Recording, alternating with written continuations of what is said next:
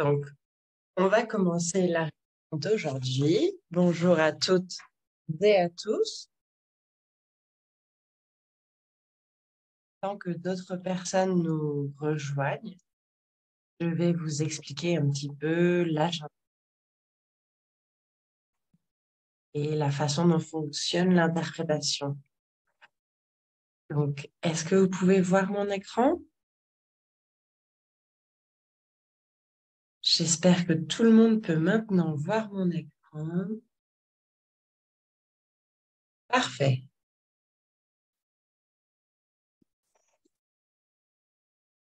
Alors, bienvenue à nouveau. Donc, quelques cibles en anglais, en espagnol et en français. Vous pouvez chercher le petit bouton en forme de globe à droite de votre écran et choisir le français.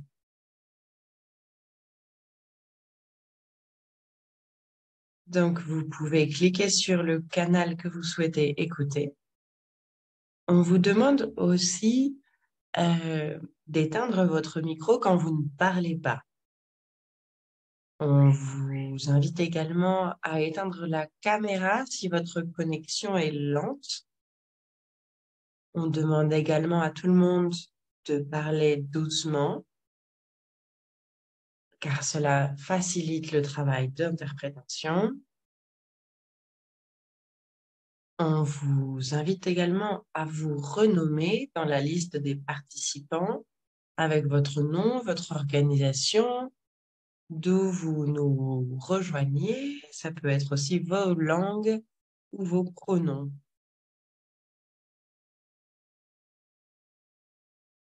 Et par ailleurs, euh, nous sommes en train d'enregistrer cette session. Alors, si vous ne souhaitez pas être enregistré, je vous invite donc à éteindre votre caméra et à vous renommer de façon anonyme. Maintenant, un petit aperçu de l'agenda. Donc, on va d'abord partager une vidéo rapide sur les solutions réelles à la crise liée au changement climatique. Donc, les sous-titres sont disponibles en français et en espagnol et seront partagés sur le chat. Ensuite, nous aurons une brève introduction au programme et puis nous entrons Tom Goldtooth. Puis nous aurons une session de questions-réponses et nous discuterons ensuite des prochaines étapes. Parfait. Donc, on va maintenant passer à la vidéo. Merci, Coraina.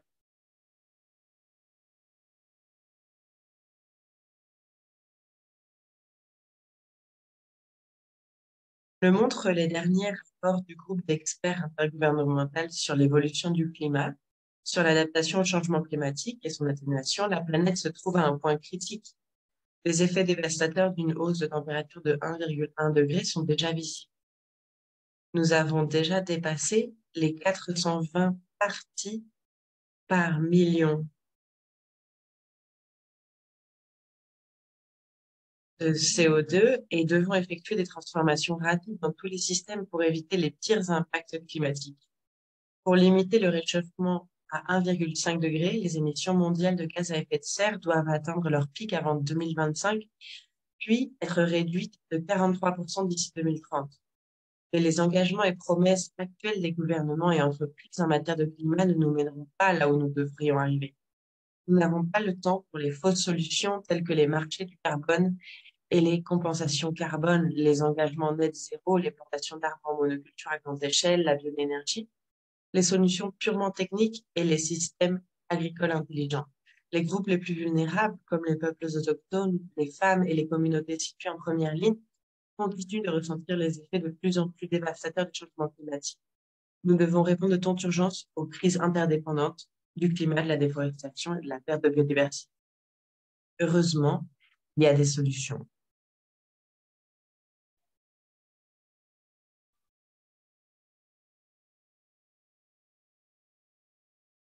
Beaucoup de groupes mettent déjà en place des solutions justes en matière de genre et fondées sur les droits.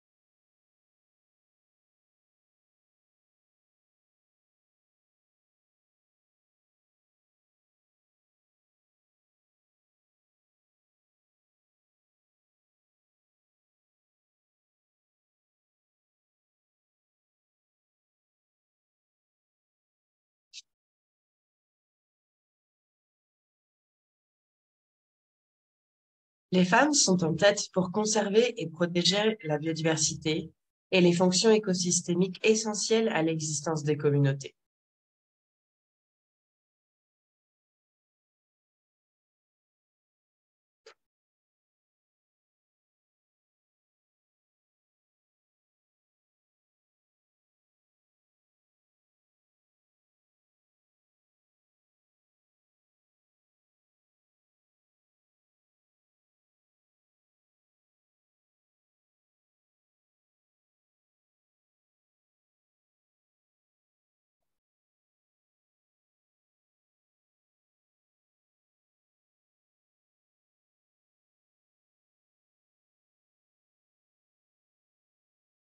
Les femmes s'élèvent pour défendre leur territoire forestier et la biodiversité.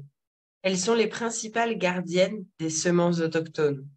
Elles protègent la biodiversité, les plantes médicinales dans leurs jardins et aussi les variétés créoles de petits animaux.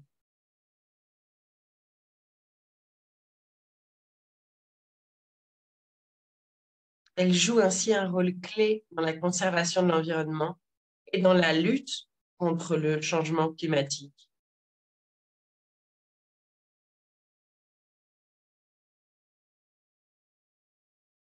Les peuples autochtones, les communautés locales et les femmes utilisent des pratiques agricoles transformatrices comme l'agroécologie, un des moyens les plus équitables et les plus justes de faire face à notre crise climatique. Nous avons revendiqué nos droits territoriaux en vertu de la loi sur les droits forestiers.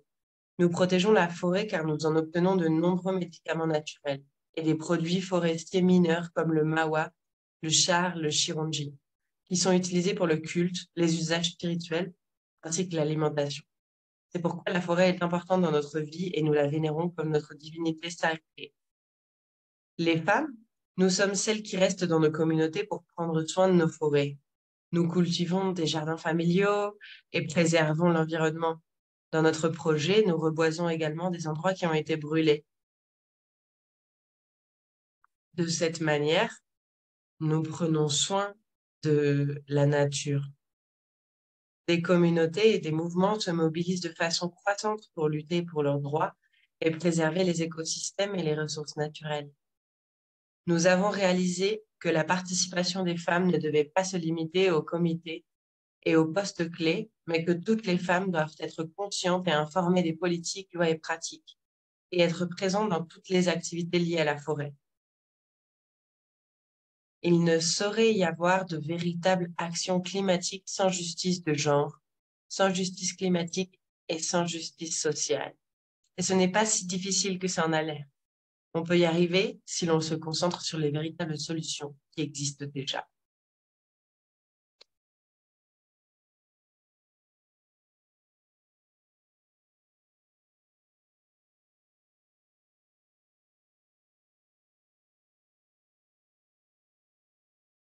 Donc, c'était une vidéo pleine d'espoir pour commencer et un très bon point de départ.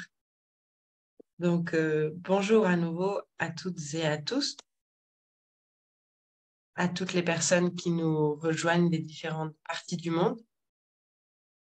Bienvenue à ce webinaire sur les perspectives fondée sur les droits communautaires et juste en matière de genre. On aimerait beaucoup entendre qui vous êtes, d'où vous nous rejoignez et pourquoi vous êtes intéressé par ce webinaire. Donc, on vous invite à vous présenter sur le chat. Donc, je suis Shitira Vijayakumar. Je travaille sur la communication à GFC et mon pronom, c'est Yel et je suis basée au Canada.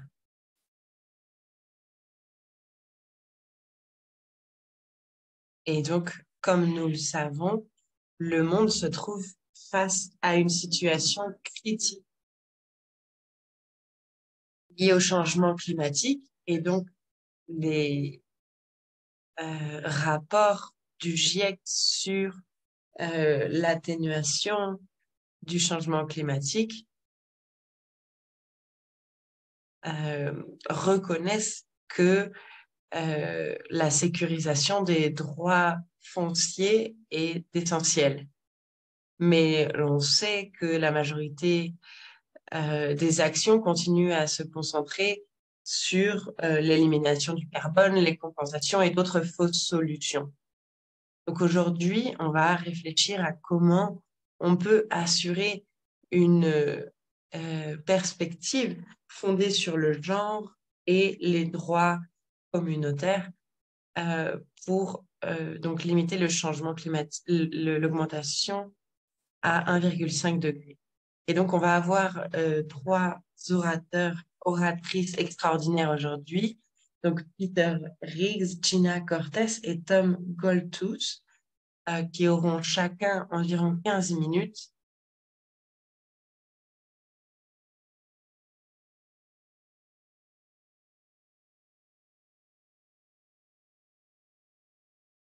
Donc, nous allons commencer avec la première personne qui va intervenir aujourd'hui. Donc, Peter Riggs, qui travaille à Pivot Point. Et il va aujourd'hui nous parler du GIEC, des marchés de la finance du carbone et des CDN. J'étais là et Peter a quelques problèmes pour nous rejoindre, donc je propose que l'on passe à Gina.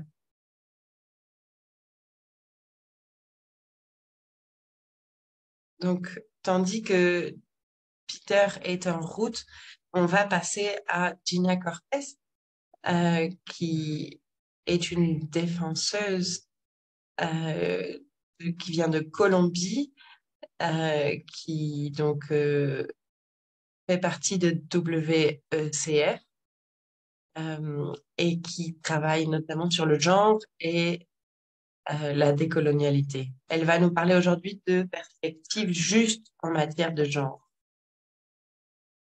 Merci beaucoup. Bienvenue à toutes et à tous. Et ma présentation qui est prête ici. Donc, avant de commencer, je voudrais euh, générer un peu de contexte. Et donc, si on revient un peu en arrière sur la crise climatique, il est important de voir pourquoi euh, on revient beaucoup à la question du genre. Et donc, on a besoin de revenir aux fondations coloniales. Et donc, la colonialité a été basée sur les divisions géographiques et le genre.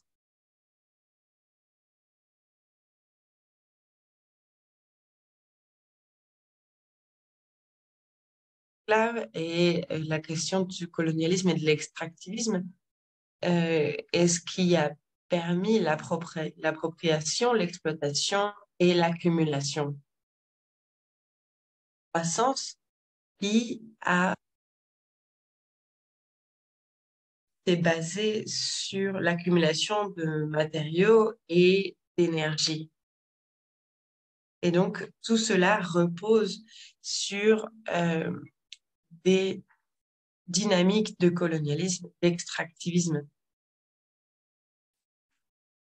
Pour l'exploitation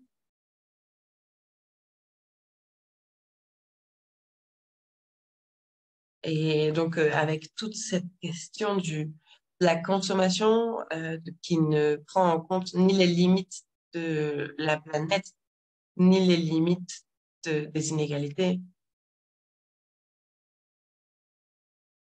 nous a amené à la tendance actuelle où l'on voit que beaucoup de pays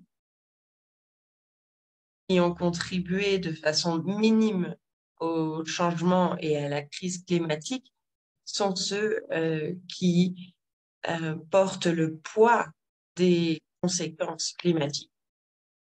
Et ce sont les mêmes pays qui ont souffert de la violence, la colonisation.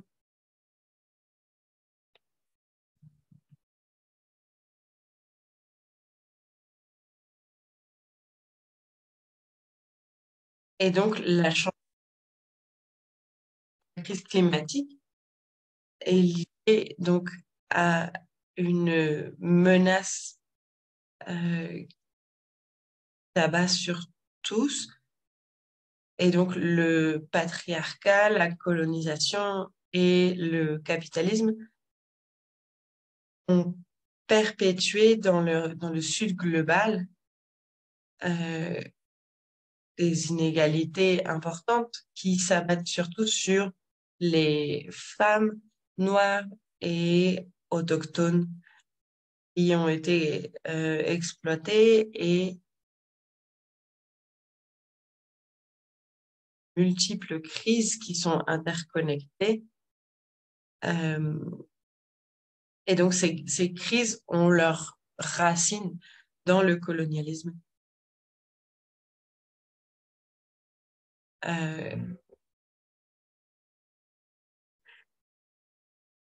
Et donc, la persistance de discrimination, de stéréotypes et d'inégalités basées sur le genre sont des structures qui sont basées sur le colonialisme et qui continuent à limiter l'utilisation des ressources, l'accès aux informations et aux décisions pour faire face à la crise climatique. Et donc, sur cette même ligne, avec ces différentes menaces qui limitent la possibilité d'avoir des droits à l'éducation, à la santé et à la terre.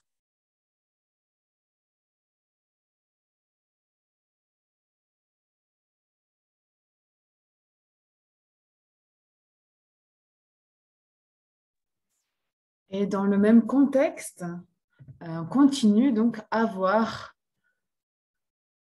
de quelle manière, et comme l'a dit le GIEC d'ailleurs, nous sommes encore dans donc, un contexte où les lois pour les combustibles fossiles continuent à être bien plus importantes que tout autre type d'action d'atténuation du changement climatique.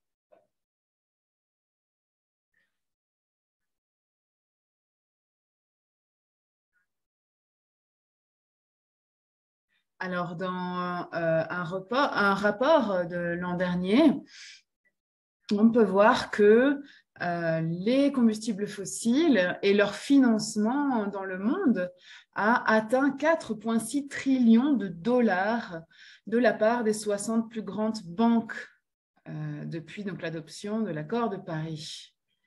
Donc, nous voyons bien que la crise climatique actuelle et les politiques qui essayent de la limiter sont loin d'atteindre l'objectif de 1,5 degré. Et l'amélioration n'est vraiment pas suffisante. Elle est graduelle et elle est progressive, mais elle n'est pas suffisante. Et les gouvernements n'ont aucune excuse de continuer à reporter tout type d'action pour réellement transformer le système, un système basé sur les combustibles fossiles. Et on voit que les patrons, les schémas d'inégalité continuent à être rampants.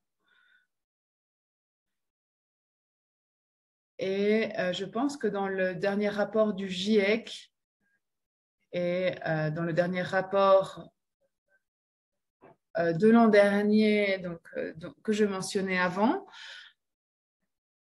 abonde en ce sens.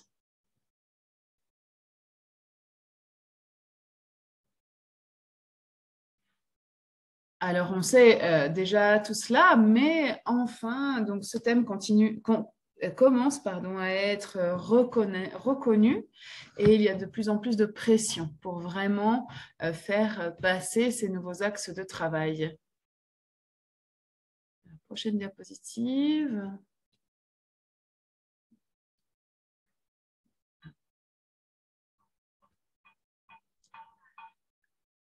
Dans le même sens, des fondations qui sont héritées du colonialisme pour donc imaginer la croissance, nous savons que les technologies sont également un autre outil de colonialisme. La plupart sont montrés comme net zéro, comme des mécanismes positifs. Il y a tout un répertoire de termes, on pourrait même dire un menu d'un grand nombre de solutions, soi-disant solutions technologiques. Mais il faut être très vigilant aujourd'hui parce que ces solutions sont dangereuses. Parce qu'elles essayent de changer notre perception des choses et elles essayent de nous faire oublier les vraies solutions. Ce sont donc vraiment des distractions des thèmes essentiels qui sont tout à fait dangereuses. On l'a entendu de la bouche de gouvernements récemment qui nous disent que le plus grand ennemi de la planète, ce sont les émissions et donc on doit lutter contre les émissions. On ne parle pas des combustibles fossiles, mais on parle que des émissions. Donc on voit comment la narrative essaye de changer notre focus sur ce thème. Donc ce sont des distractions dangereuses, comme je le disais, parce qu'on essaye de nous faire oublier quelles sont les causes réelles et profondes du changement climatique. Et on ne change pas la manière de réfléchir, c'est encore la même chose, le capitalisme, le colonialisme qui se perpétue avec de nouveaux discours et qui perpétue également la discrimination et les injustices. Dans le dernier rapport du GIEC, certains éléments sont également importants à souligner car ils sont importants dans notre travail de plaidoyer. C'est-à-dire qu'il y a vraiment un manque d'urgence, ou en tout cas de la sensation qu'il y a une urgence. Nous savons que notre opportunité pour sécuriser un futur durable pour tous est en train de se réduire à peau de chagrin. Et les choix et les actions qui sont mis en place dans cette décennie auront des impacts dès maintenant et pour les 100 prochaines années. Et un autre point que je vais citer, donc les perspectives d'atténuation ambitieuses signifient des changements très importants et définitifs dans les structures économiques existantes, ce qui signifie des conséquences au niveau de la distribution entre et à l'intérieur des pays. Donc, cela inclut de nombreux thèmes, bien entendu, la finance, la durabilité, etc. Et là, je crois qu'il faut faire entrer les analyses féministes ici. Donc, au-delà des couleurs, au-delà des langages, au-delà des différentes expressions, parce qu'il n'y a pas un seul féminisme. Mais il faut bien reconnaître que le féminisme en général a toujours lutté en faveur de ces changements définitifs, de ces changements profonds. Et encore une fois, il faut être très clair. Ici, en ce qui concerne les femmes, nous parlons d'assassinat. Il faut dire les mots, car la pollution de la nature, toutes les conséquences des combustibles fossiles, la confiscation des terres, cela amène à des assassinats directs aux personnes qui protègent les terres, aux personnes qui protègent leur droit à vivre en dignité sur cette planète. Donc ça, c'est une approche féministe.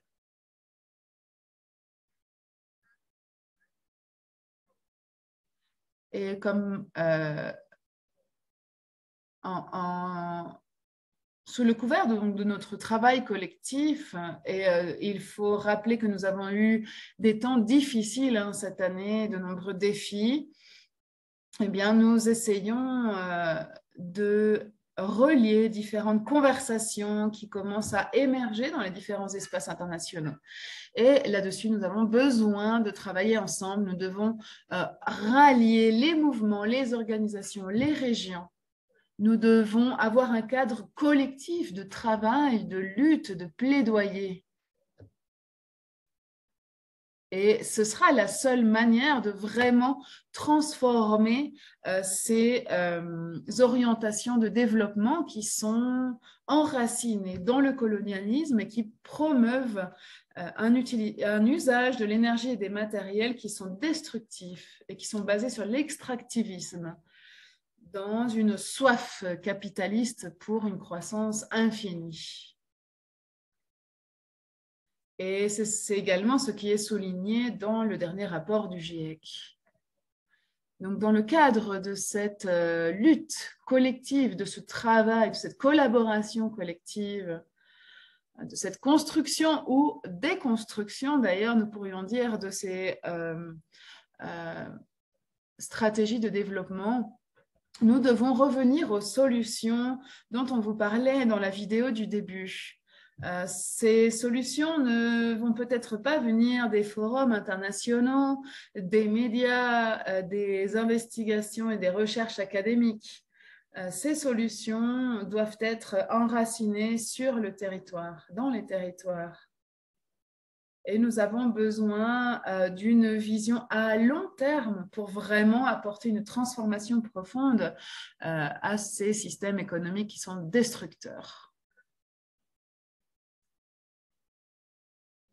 Les pays, pour cela, doivent intégrer des stratégies basées sur le genre et prendre en compte les communautés locales. Nous avons donc besoin d'une approche transdisciplinaire.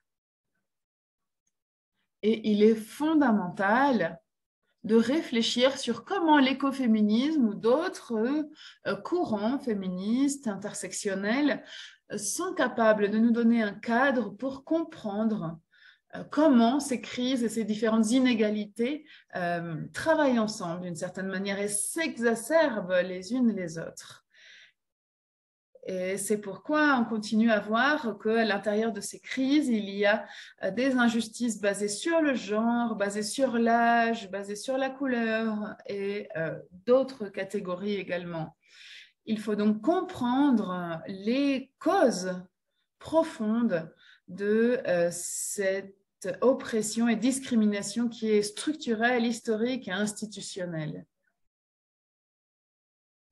En tant que féministes, nous devons vraiment pousser à ce que l'économie soit basée sur des perspectives, sur des buts différents, car les buts doivent être la justice sociale et écologique.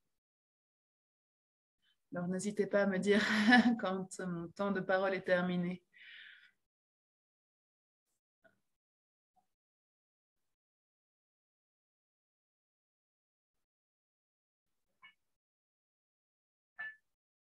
Est-ce qu'on peut revenir, pardon, à la dernière diapositive? Voilà, merci beaucoup pour cela.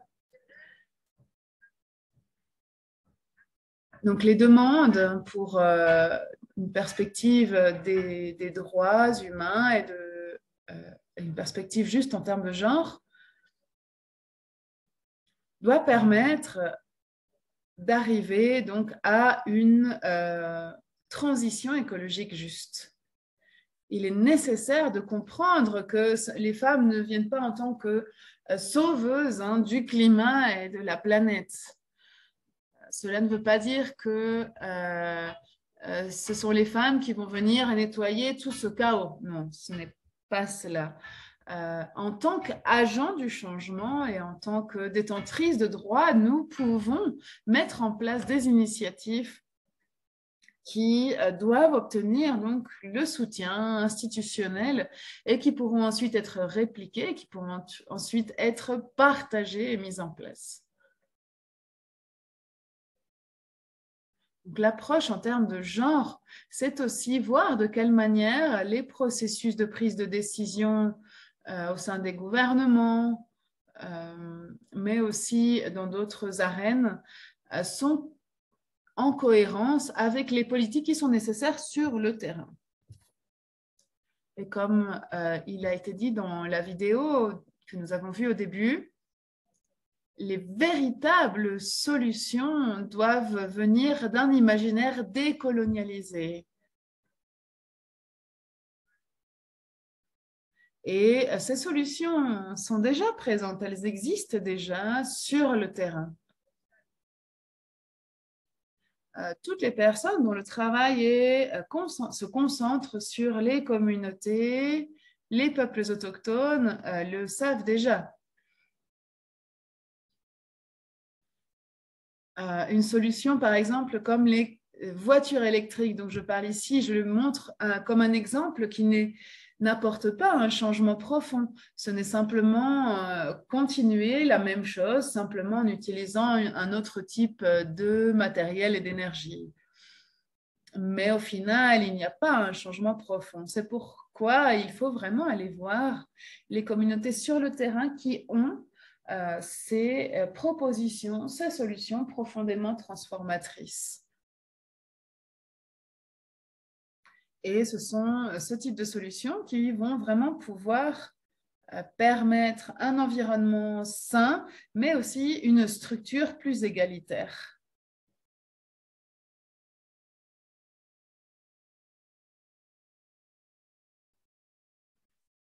Si on regarde le chapitre 18 du rapport précédent du GIEC, pas le dernier dont nous parlions aujourd'hui, mais le précédent, vous trouverez un chapitre donc, sur la transformation qui dit la même chose que nous disons aujourd'hui, qu'il faut vraiment aller trouver des alternatives profondément transformatrices, pas celles qui maintiennent un système inégalitaire et destructif. Donc, malheureusement, les preneurs de décision n'en font pas toujours cas, mais cela est présent donc, dans ce rapport du GIEC. Oui, il reste 1 ou 2 minutes, Gina, si tu peux terminer. Parfait, merci beaucoup. Je vais donc essayer de conclure rapidement.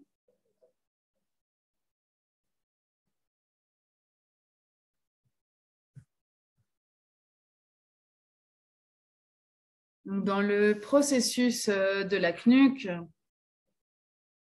un programme sur le genre et les solutions climatiques a été lancé en 2015, suite donc à l'accord de Paris. Et un des objectifs de ce programme est de montrer et de vraiment faire la lumière sur les initiatives qui sont basées sur la justice de genre et la transition juste. Donc, ces solutions ont de nombreux visages, mais ce programme nous montre vraiment à quel point les solutions qui sont ancrées dans les territoires nous amènent vraiment à des alternatives à notre actuel système de développement, système économique et de développement.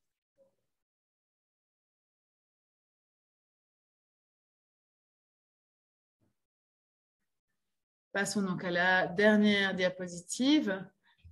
Je voulais vous donner quelques exemples, mais je crois que je n'ai plus vraiment le temps.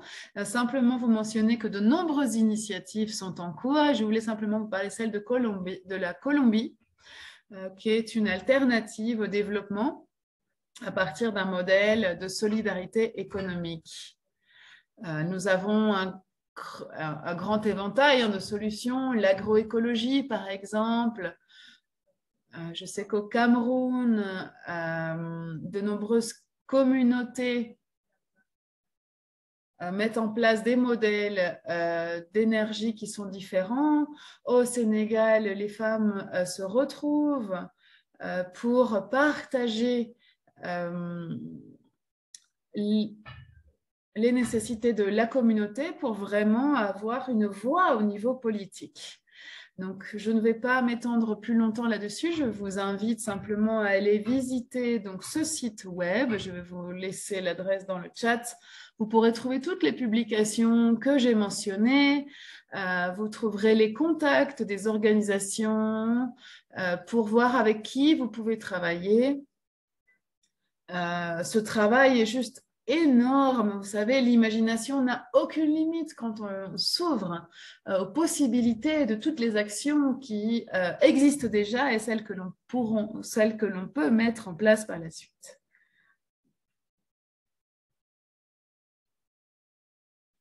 Je vais vous partager un lien à d'autres publications qui montrent donc le contexte dont j'ai un peu parlé aujourd'hui. Si vous souhaitez en savoir plus, donc cette publication qui s'appelle Solutions transformatrices.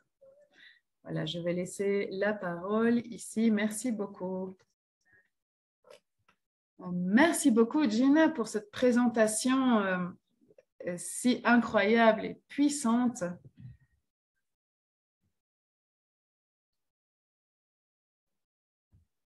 J'apprécie vraiment les mots que tu mets sur ces fausses solutions comme une distraction dangereuse. Je crois que cela est essentiel. Merci pour ce message si clair de comment des solutions féministes pourraient nous permettre d'atteindre ces objectifs. J'apprécie vraiment cette présentation. Nous allons passer maintenant à notre panéliste suivant. Donc, si jamais vous avez des questions, n'hésitez pas à les écrire dans le chat et puis nous y reviendrons par la suite. Donc, vous pouvez d'ores et déjà écrire vos questions. Je vais donc passer à la présentation de Tom Goltus, notre prochain panéliste. Il travaille pour une organisation qui réunit plus de 200 organisations autochtones qui travaillent sur un grand éventail de thèmes. C'est également il est également guide des danses du soleil, il est activiste et il travaille en faveur des droits des peuples autochtones. Donc, Tom va nous parler sur de comment retirer le dioxyde de carbone. Merci beaucoup.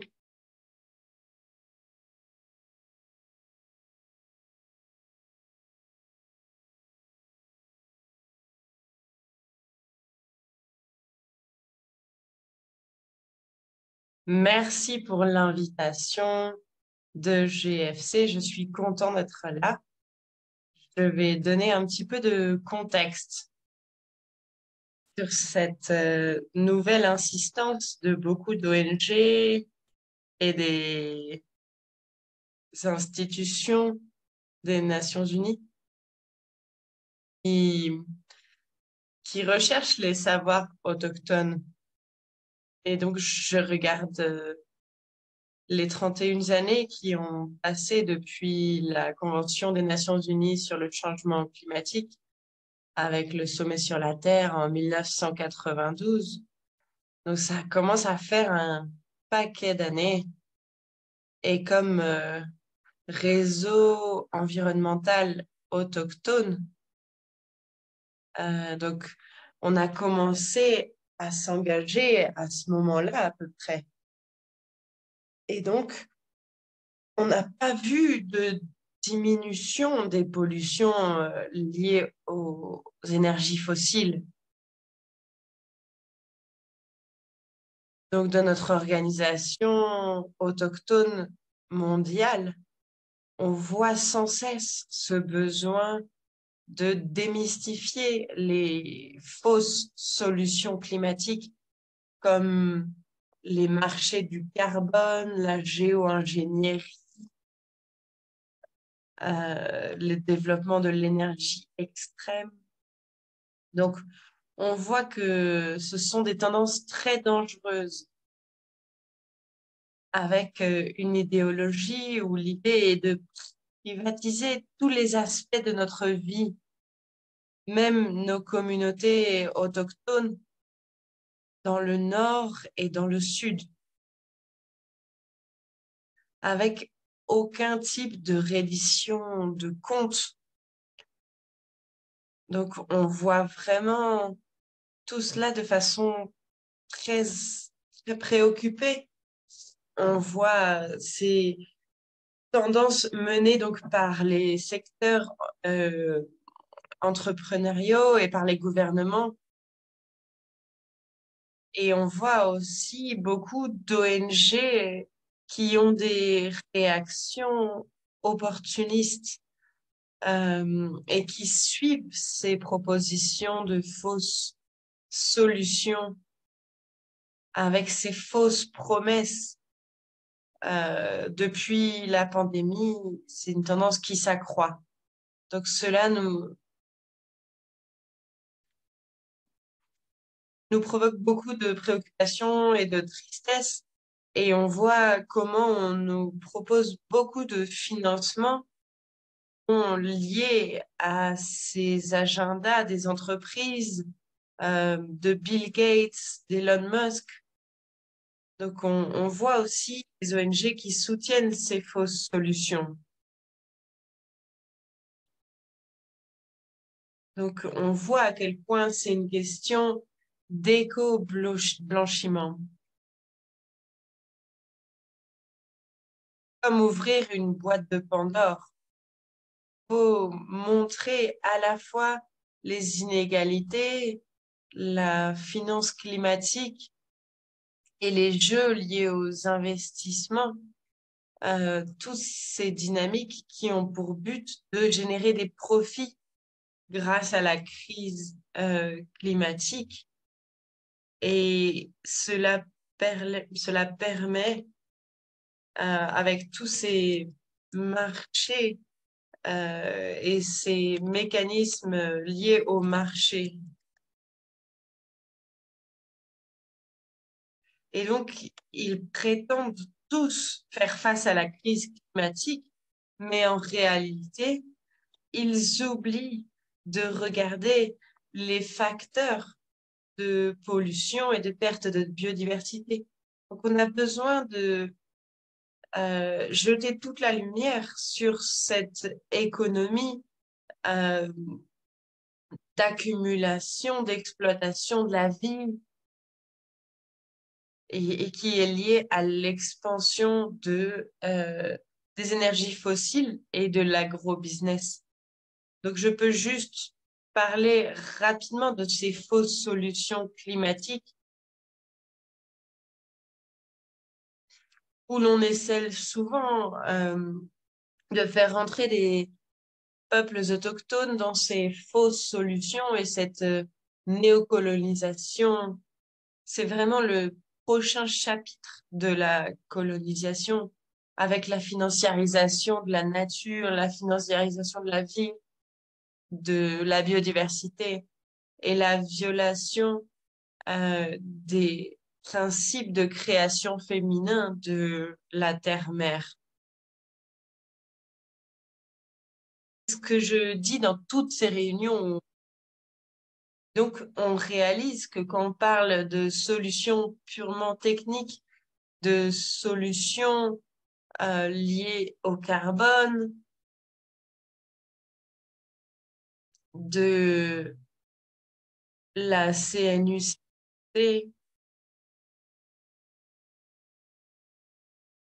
on voit qu'il y a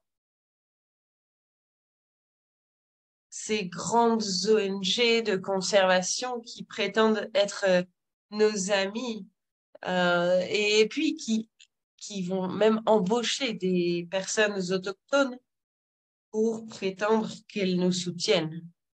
Donc, on fait face à toutes ces propositions, le nouveau Green Deal et d'autres investissements majeurs dans le climat et l'énergie, où l'on voit des milliards de dollars qui sont investis sur des sur ces fausses technologies dont on parle ici. Et donc, mécanismes sont aussi parfois appelés des solutions fondées sur la nature ou l'agriculture régénérative. Donc,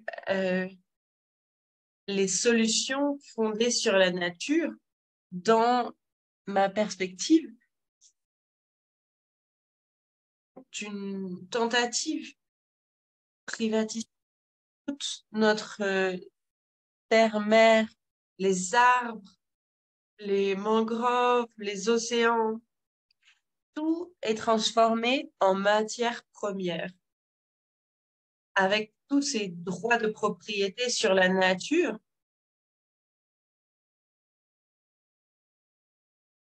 on appelle ça des dynamiques des hommes blancs.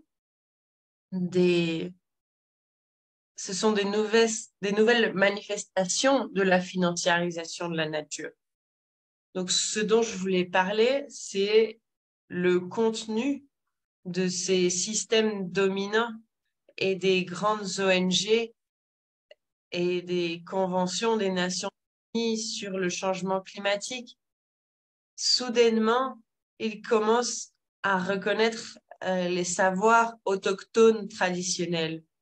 Donc, on est très inquiet sur la façon dont ils souhaitent incorporer nos savoirs traditionnels autochtones.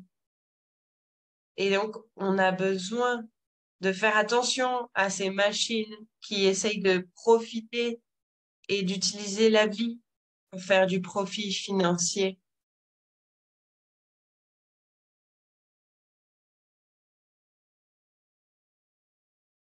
Où on traite tout comme des machines qui peuvent être remplacées, où l'ADN est codé pour être édité ou transformé ou effacé, où le monde n'est plus vu comme quelque chose d'interconnecté et d'interdépendant et de complexe, mais plutôt comme une accumulation d'objets qui doit être monétarisée. Donc maintenant que l'on voit cette idée que les savoirs autochtones doivent être reconnus et que on veut nous payer pour ces savoirs,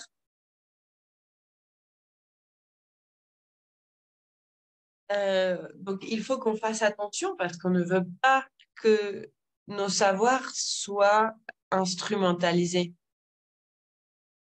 Il y a beaucoup d'exemples de communautés locales du sud et du nord qui qui ont des pratiques traditionnelles qui ont toujours été pratiquées et transmises pour donc réutiliser les semences, pour prendre soin des terres.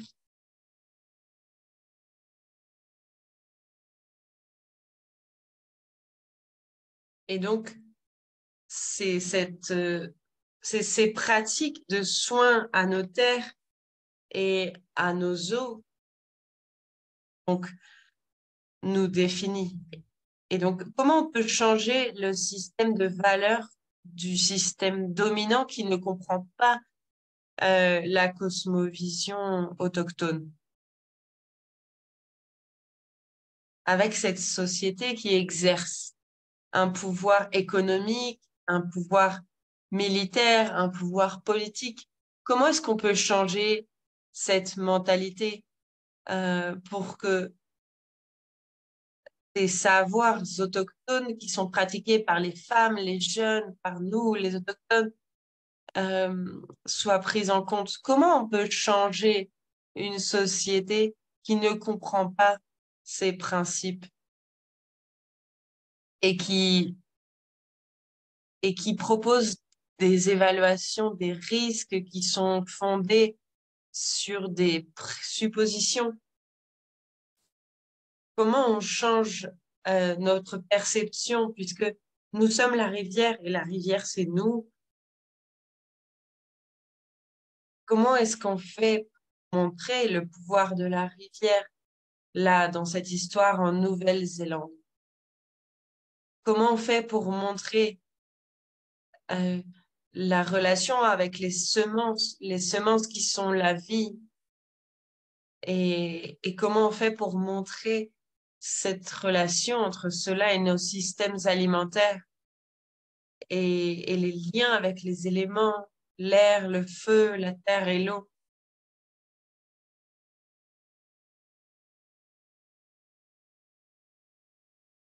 C'est ça qui est en jeu quand quelqu'un nous demande comment on peut utiliser vos savoirs autochtones pour sauver la planète.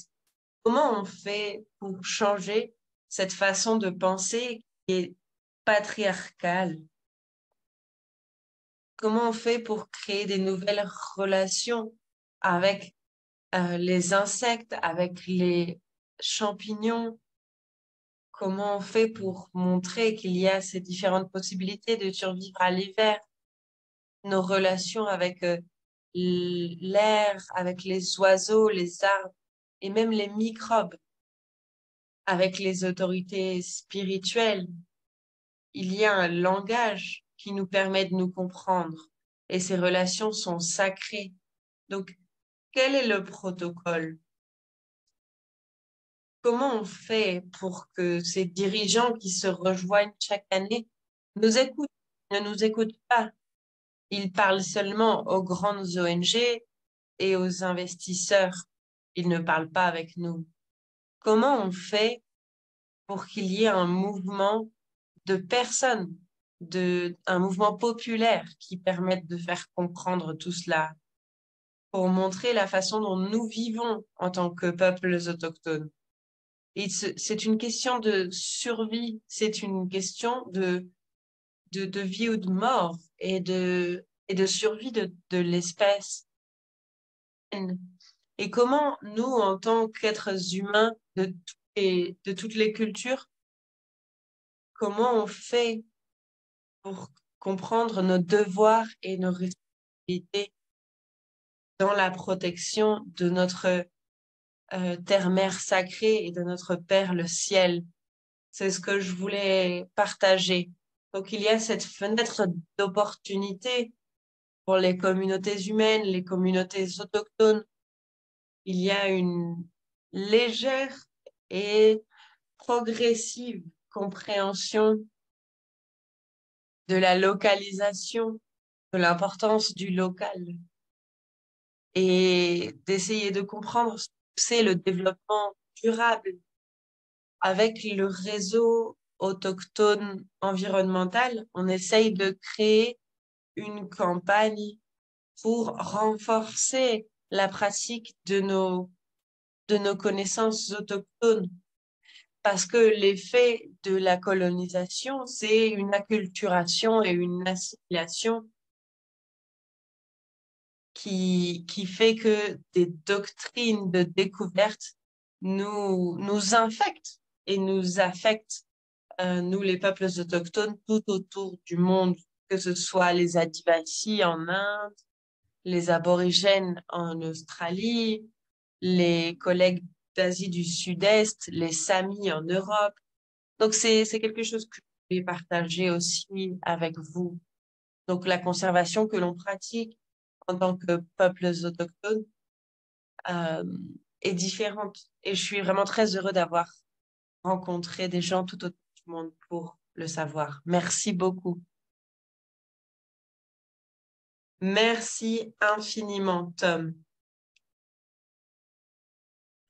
pour ce rappel, parce que c'est vrai, nous sommes en train de parler d'une question de vie ou de mort, d'une question qui est importante pour tout le monde et pour les peuples autochtones et leurs terres et leurs eaux en particulier. Donc, effectivement, le système dominant tend à parler de ces éléments comme des choses qui peuvent être négociées. Et on doit aussi rappeler que les connaissances écologiques traditionnelles sont au cœur des solutions. Je suis sûre qu'il y a beaucoup de questions pour Tom. Et maintenant, on va pouvoir écouter Peter Riggs. Donc, Peter est le directeur de Pivot Point.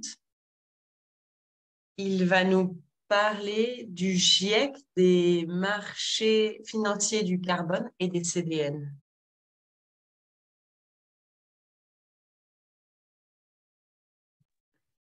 Merci beaucoup, Chitira. J'espère qu'on m'entend bien. Alors, je suis désolée, je suis en voyage, donc je n'ai pas pu entendre les panélistes précédents.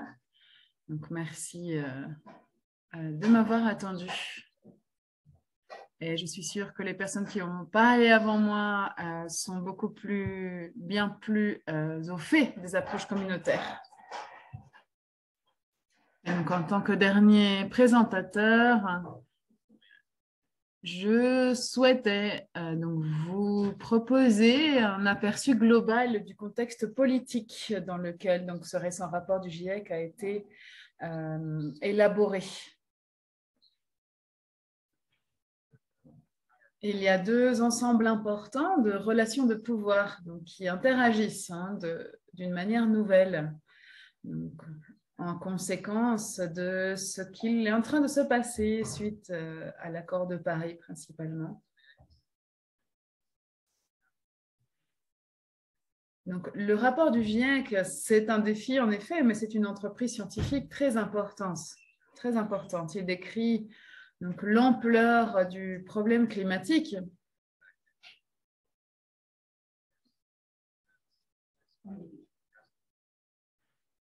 Mais ce qu'il manque dans ce rapport, c'est donc la façon de résoudre ces problèmes. On voit ici deux grands points qui manquent. Premièrement, donc le rapport reprend des solutions qui n'ont jamais été testées dans le monde réel. J'imagine que certains d'entre vous en ont déjà parlé aujourd'hui. Et deuxièmement, donc le problème du délai.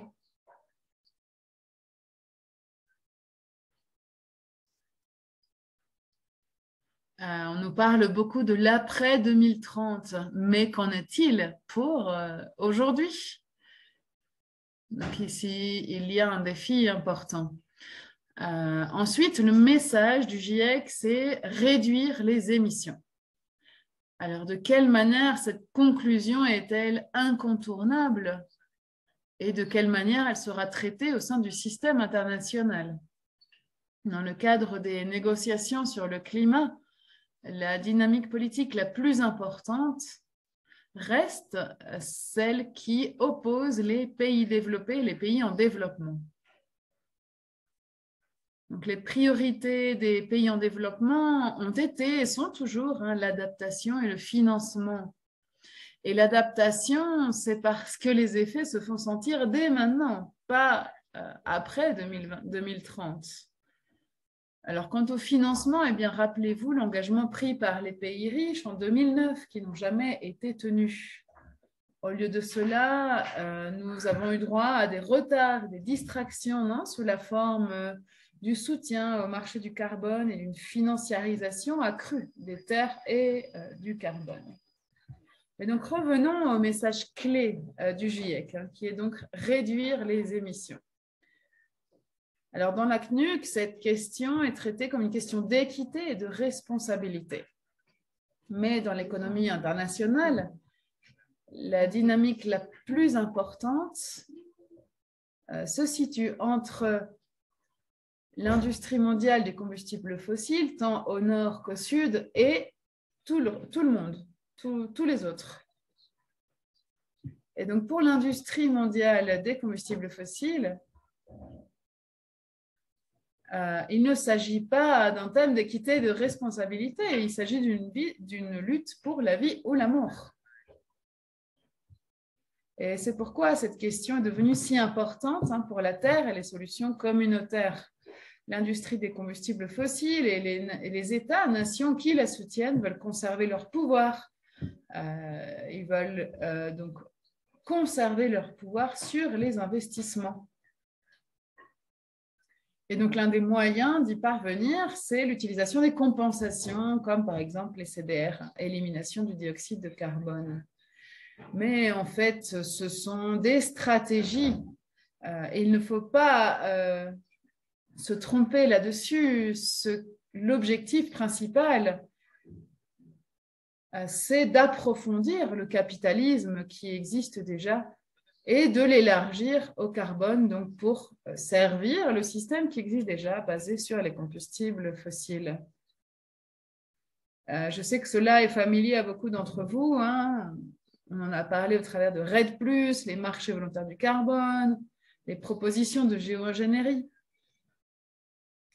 Donc, il est important de comprendre les nouvelles façons dont la Terre est au cœur de cette lutte.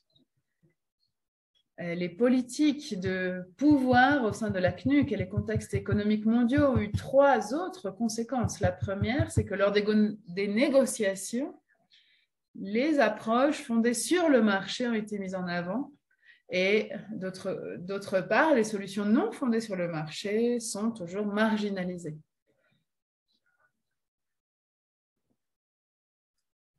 Et je voudrais aussi donc honorer notre ami ici présent, Suparna, pour ses extraordinaires contributions sur ce thème. Alors, pour revenir donc à ce thème, la deuxième conséquence, c'est que la seule forme de financement climatique disponible, selon les pays riches, seraient les marchés du carbone. Et de nombreux gouvernements de pays en développement suivent cette approche et sont d'accord avec cette idée. Et la dernière conséquence négative est que le financement climatique et la réforme des institutions financières mondiales ont jusqu'à très récemment été traités comme des sujets distincts. Alors, où cela nous mène-t-il? Alors, cela nous mène à 2 endroits. Le premier, c'est que les pays en développement dépensent aujourd'hui 5 fois plus pour le paiement du service de la dette et son remboursement que pour l'ensemble des mesures climatiques, qu'il s'agisse de l'atténuation ou de l'adaptation. Donc, cette situation n'est pas durable.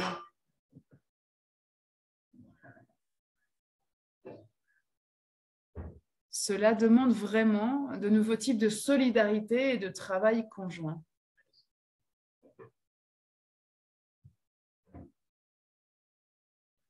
Alors, mes collègues ont sûrement déjà parlé de solutions, mais donc une partie de celle-ci serait exiger du Nord global qui rembourse la dette écologique ou qu'il efface les dettes existantes, qui ne pourront jamais être remboursées d'ailleurs.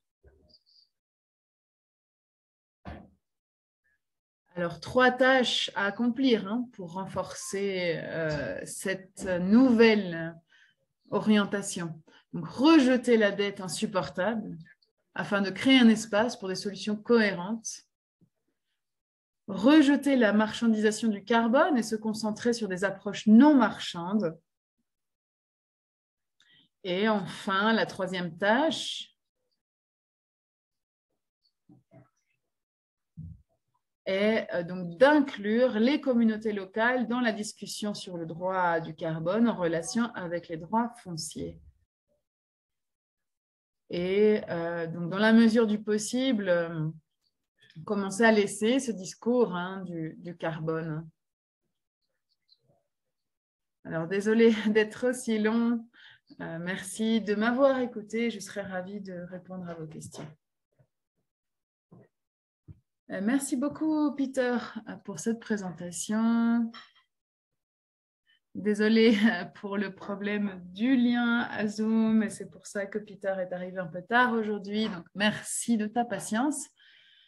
Merci à toutes les personnes ici présentes. Et nous sommes ravis d'en entendre plus sur donc, quelle serait cette victoire face aux défis du changement climatique, comment atteindre l'objectif de 1,5 degré. Et donc, merci beaucoup de cette présentation si claire, si précise. Et donc, nous avons écouté nos 3 présentations du jour et donc nous allons ouvrir la parole pour vos commentaires, vos questions. Alors, toute personne est libre de lever la main. Vous pouvez trouver cette fonction en bas de votre écran Zoom. Vous avez une option qui dit donc lever la main. Donc, n'hésitez pas à le faire et puis nous vous appellerons. Et si vous préférez, vous pouvez aussi écrire votre question dans le chat. N'hésitez pas à l'écrire dans la langue qui vous convient et nous la traduirons. Donc, je vois que nous avons une première question de la part de Ashok Shrimali.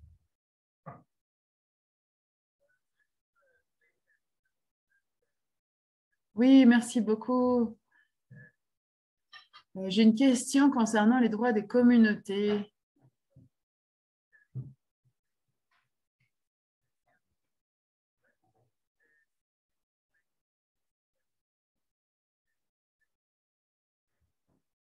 Et il y a un thème qui m'intéresse, ce sont donc les régulations de ces droits. Alors, de quelle manière les communautés, principalement les communautés autochtones et les femmes autochtones, peuvent protéger leurs droits? Donc, ce serait ma première question.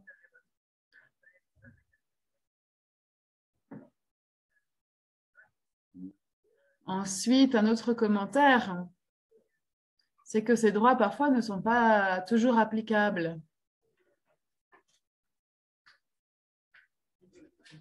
Donc, de quelle manière les communautés peuvent faire valoir leurs droits hérités? Merci beaucoup, Ashok. Je crois que nous allons prendre 3 questions, puis ensuite nous écouterons les réponses de nos présentateurs et présentatrices. Valentina, nous t'écoutons.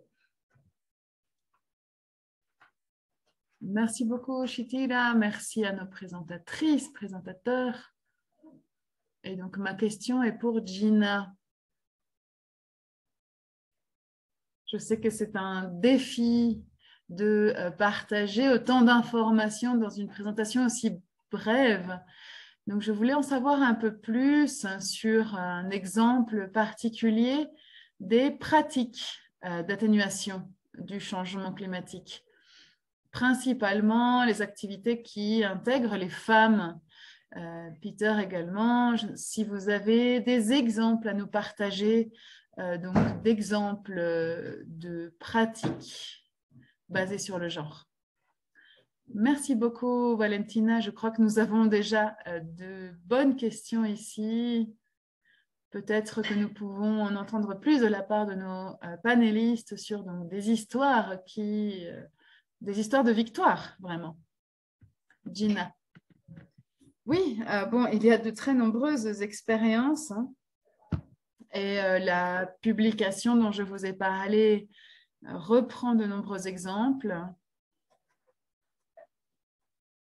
nous avons fait dans cette publication une analyse critique sur les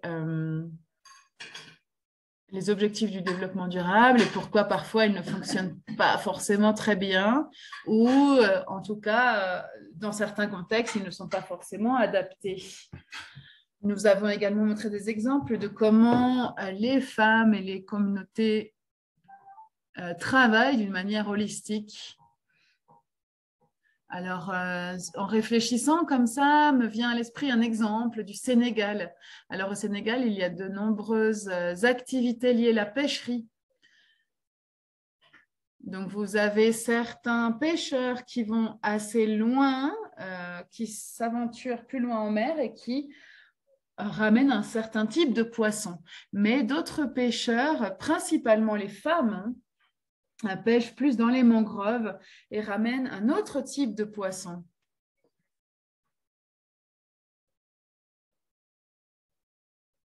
Mais le problème, c'est qu'à cause de la pêche industrielle, les hommes qui allaient pêcher plus en haute mer se sont rabattus sur les côtes, là où les femmes pouvaient travailler. Il y a donc des conflits, une diminution des ressources, et principalement pour les femmes. Et donc, les femmes qui arrivaient à avoir quelques ressources grâce à cette pêche ne peuvent plus y avoir accès. Et elles ne sont pas dans les espaces de prise de décision. Donc, ici, il y a des situations très complexes.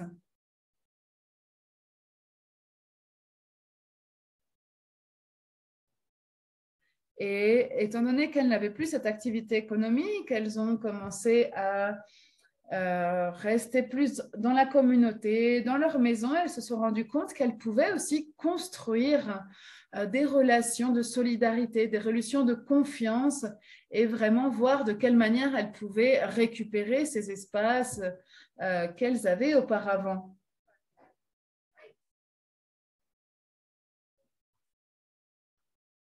Alors, vous savez que lorsque vous écrivez une proposition, une demande, une sollicitation de financement, il faut écrire des nombres, des objectifs, etc. Mais qu'en est-il de la partie qualitative, c'est-à-dire comment créer des relations de confiance entre des personnes qui ne se connaissent pas, mais qui vont devoir travailler ensemble vers un objectif? On ne peut pas calculer ça, on ne peut pas dire, bon, grâce à ce financement, nous aurons 3 relations de confiance. Non, ça ne marche pas comme ça. Donc, il faut repenser quelles sont nos valeurs profondes. Et dans cet exemple du Sénégal, les femmes ont commencé donc à se retrouver et à travailler avec certaines organisations qui travaillent sur le thème des droits des femmes pour vraiment qu'elles puissent comprendre elles-mêmes quels sont mes droits. J'ai aussi en tant que femme des droits fonciers. Donc, quels sont les défis ici? De quelle manière les réclamer? Comment effectuer un plaidoyer? Comment faire des campagnes? Et cela a des impacts sur la communauté dans son entier. Alors, les activités menées par ces femmes sont très simples. C'est simplement réunir les gens de la communauté et puis voir un peu comment est la vie des femmes, comment est la vie des hommes dans cette même communauté. Quelles sont les différentes routines? Eh bien, les femmes, par exemple, commencent à 3 heures du matin pour aller chercher l'eau, pour prendre soin des enfants, etc. C'est un exercice très, très, très simple, mais qui commence à modifier un peu la perception des personnes dans cette communauté. Et cela commence à montrer que les femmes font un travail immense qui n'est pas pris en compte et elles n'ont pas d'espace de prise de décision. Et ensuite, la deuxième étape, c'est voir comment on passe d'un plan communautaire à vraiment pouvoir visibiliser cela au niveau de la société. Alors, il y a de nombreux exemples ici, hein, et ces femmes dont je vous parlais ont commencé à créer des comités et ont mis en place donc différentes stratégies grâce au soutien de certaines organisations pour comprendre comment fonctionne le cadre légal et pouvoir ensuite faire des activités de plaidoyer et vraiment identifier leurs priorités en tant que femmes pêcheuses.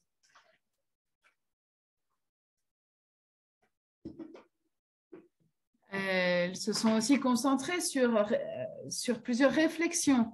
De quelle manière on peut imaginer de nouvelles activités. Par exemple, les poissons, comment utiliser l'énergie solaire pour les sécher, puis ensuite pouvoir les vendre dans d'autres endroits. Donc, je ne vais pas m'étendre plus en détail, mais voilà, il y a vraiment des choses très, très intéressantes. Je vous invite à aller lire cette publication pour donc avoir plus d'exemples. Si jamais il y a un peu plus de temps, je pourrais donner d'autres exemples. Merci beaucoup.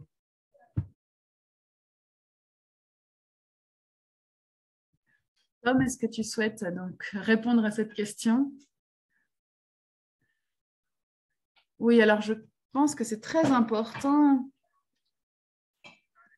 de savoir que la déclaration des Nations Unies sur les droits des peuples autochtones a été un processus très long, 18 ans quasiment pour arriver à cette déclaration.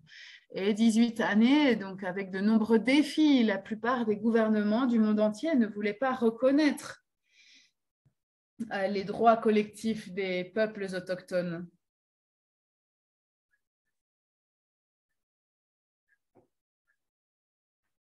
Et la plupart du temps, ces droits ont été limités à une définition individuelle.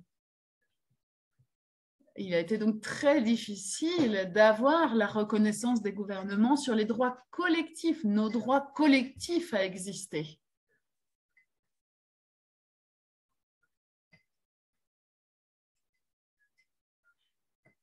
Toutefois, c'est un instrument, donc cette déclaration qui a été utilisée. Nous devons continuer à provoquer, à pousser l'acceptation de ces droits collectifs. Je crois qu'elle a été ratifiée en 2007 à Genève.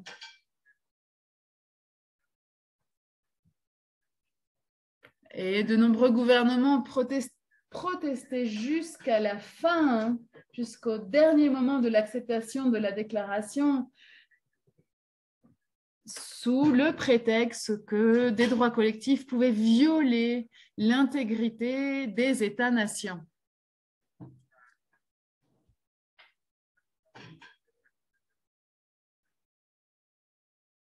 Donc, différents États-nations ont tenté cela jusqu'à la fin, comme l'Afrique du Sud, par exemple. Mais ce sont toutefois donc, des instruments que nous pouvons utiliser pour faire reconnaître les droits collectifs inhérents des peuples autochtones. Voilà, merci beaucoup.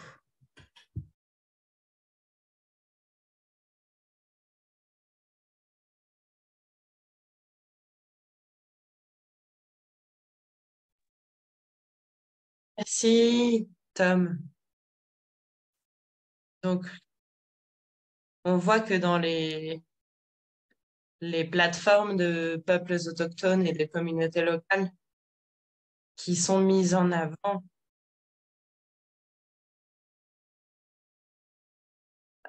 sur la mise en place de tout cela. On voit le travail qui a été mené, notamment par Suparna. Je voudrais revenir sur ce que disait Gina sur l'économie du care. Donc, il y a tous ces questionnements liés à comment on se protège. Et il y a deux conversations qu'on a besoin d'avoir pour anticiper le futur. Donc, il y a d'abord un danger qui est réel et présent, qui est celui des marchés du carbone. Donc, avoir une conversation qui n'est pas concentrée sur les marchés est nécessaire maintenant. On a besoin de se concentrer sur nos besoins. Parce qu'il y a cette tendance à imposer la discussion autour du marché. Donc, il faut interroger ce cadre de discussion sur les moyens de subsistance et voir les réponses communautaires. L'autre conversation anticipatoire qu'on pourrait avoir est liée à l'adaptation. Donc, les conditions climatiques vont continuer à se dégrader et on a besoin de comprendre comment opérer en situation de stress climatique tout en maintenant la solidarité humaine. J'ai entendu quelque chose de très rigolo hier et c'était quelqu'un qui disait « Ne me parle pas de résilience parce qu'on dirait que tu vas encore me frapper. » Donc, en fait, on a besoin de réfléchir aux systèmes sociaux de soutien qui peuvent nous permettre de traverser ces crises. Donc, ces deux stations sont très importantes pour l'autodétermination et la résilience.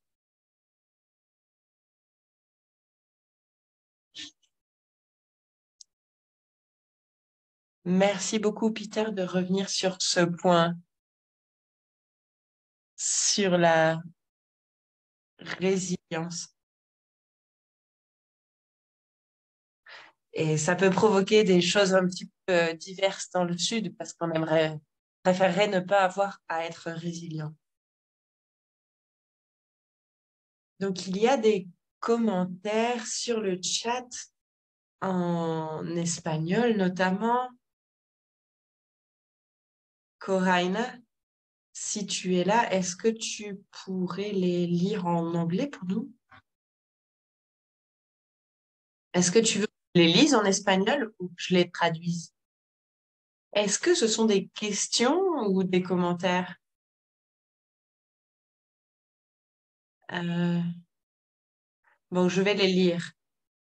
En Amérique latine, au Mexique, en Colombie, au Brésil, en Argentine, en particulier, les réseaux de production et de consommation solidaire ont été centrales, comme dit Gina. L'économie sociale et solidaire entre la ville et les champs et les zones rurales crée des relations de confiance et nous permet aussi de nous rapprocher des personnes qui vivent euh, dans les zones rurales. En Argentine, les peuples autochtones, en particulier la nation mapuche, train d'être poursuivis de façon brutale. Il y a 4 femmes mapuches qui sont en prison et accusées d'usurper leur propre terre, pendant qu'un Tchèque du Qatar est maintenant propriétaire euh, de l'origine de la rivière Chubut. Elles ont déjà passé 210 jours en prison avec leurs enfants et l'État argentin viole ses propres lois et ses protocoles internationaux. La loi euh, n'est que du papier. Ce sont les commentaires qui ont été laissés sur le chat. Merci beaucoup à Coraina et à Myriam. Et, et donc, merci à Tom de nous rappeler que c'est une question de vie ou de mort. On a aussi une question sur le chat de la part d'Ali. Donc, comment on fait pour combattre l'infiltration de fausses solutions dans nos communautés? Je demande parce que une partie de ma communauté défend les mines puisque les emplois qui sont liés et qui détruisent les terres et les eaux sont valorisés par cette partie de la communauté. Et en même temps, historiquement, c'est une communauté qui est pauvre et donc qui voit une possibilité de s'en sortir. Donc, comment est-ce qu'on fait pour faire face à cela? Est-ce que quelqu'un veut répondre?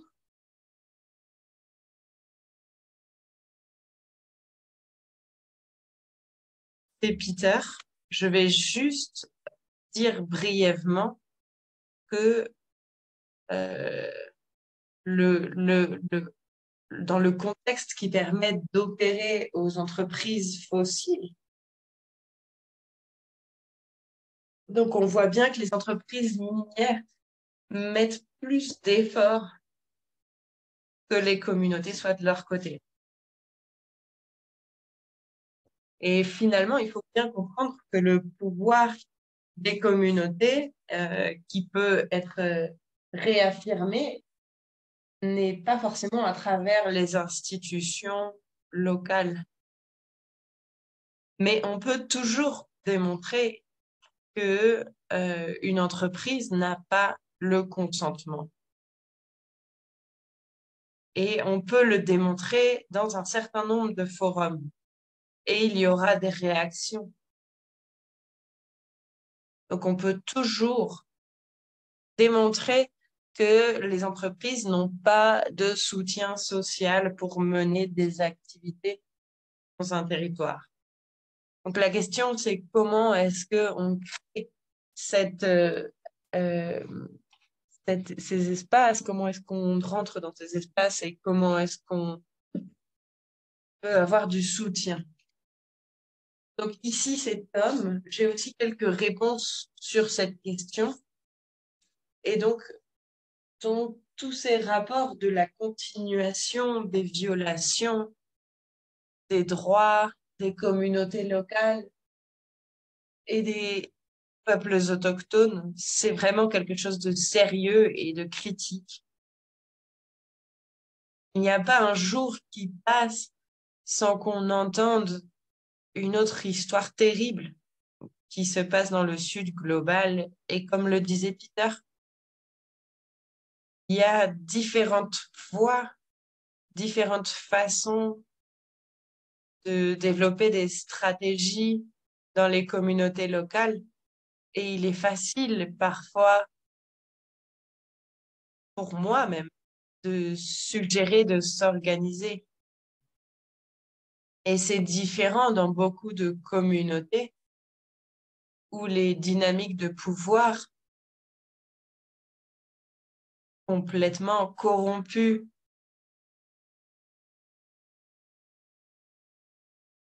Mais il y a des exemples.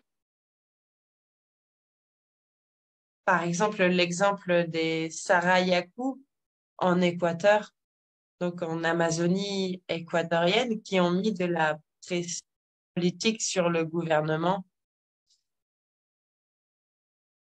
dans leur territoire et qui ont aussi mis de la pression au niveau régional et national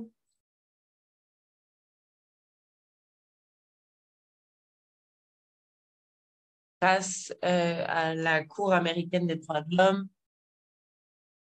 Et donc, avec le soutien de leurs alliés, ils ont pu obtenir une issue juridiquement positive. Donc, c'est pour ça qu'il est important d'avoir des alliés.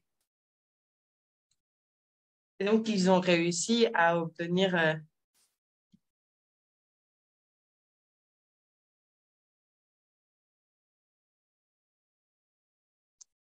qui a permis de défendre l'autodétermination sur leur territoire.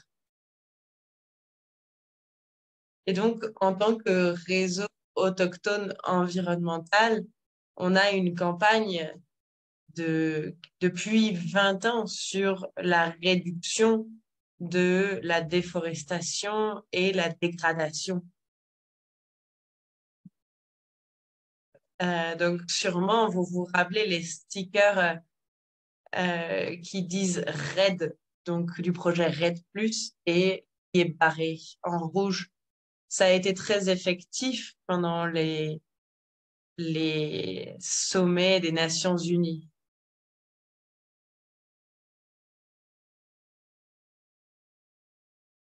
Et donc, nous ne sommes pas d'accord avec ces fausses solutions.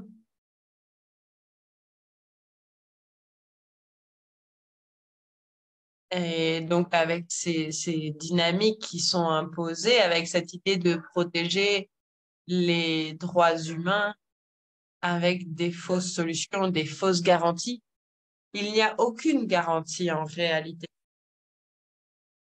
de d'avoir une façon d'arrêter ces abus. Comment est-ce qu'on peut questionner les États? Comment est-ce qu'on peut mettre les États face aux tribunaux? Ce sont vraiment des questions difficiles et on doit continuer à chercher des voies et des manières au niveau international, au niveau des réseaux internationaux. Et l'une des solutions effectives, c'est de participer de, avec les grandes organisations et de participer aux rapports internationaux qui permettent d'identifier les investissements des banques de développement.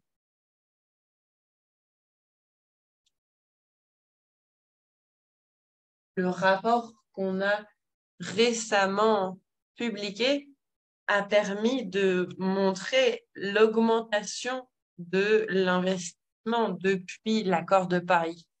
Donc, pendant que les dirigeants prétendent qu'ils essayent de stopper le changement climatique, on a ces rapports qui mettent toute la lumière sur les banques d'investissement et qui questionnent les investissements sociaux de ces banques et leurs politiques en matière de droits humains. Donc, cela n'a pas été complètement efficace, mais ça a permis d'avoir des impacts sur les banques qui ne veulent pas faire face à ces problèmes de réputation et être confrontées au fait qu'elles participent à la destruction de la planète et au génocide des peuples autochtones. Donc, on a également pu regarder beaucoup l'industrie minière. Merci beaucoup, Peter et Tom. Je suis vraiment désolée, mais aujourd'hui, on est arrivé à la fin de cette réunion et en même temps, je me rends bien compte qu'il y a beaucoup de questions, il y a beaucoup de choses à discuter encore et on organisera un webinaire pour continuer cette conversation. On vous enverra toutes les informations disponibles et on espère que vous pourrez nous rejoindre sur la seconde partie de cet événement. Je voudrais remercier toutes les personnes qui ont rendu cet événement possible. Donc, les orateurs, oratrices, Gina Cortez, Peter Riggs et Tom Goltuz. Merci beaucoup aussi à Gina d'avoir partagé une explication extraordinaire qui nous permettent d'étendre notre imagination sur les possibles solutions. Donc, on a également partagé, on va vous partager par email tout ce qui a été partagé aujourd'hui pour que vous ayez accès à l'information. Merci également aux interprètes. Faites une bonne journée, une bonne après-midi où que vous soyez.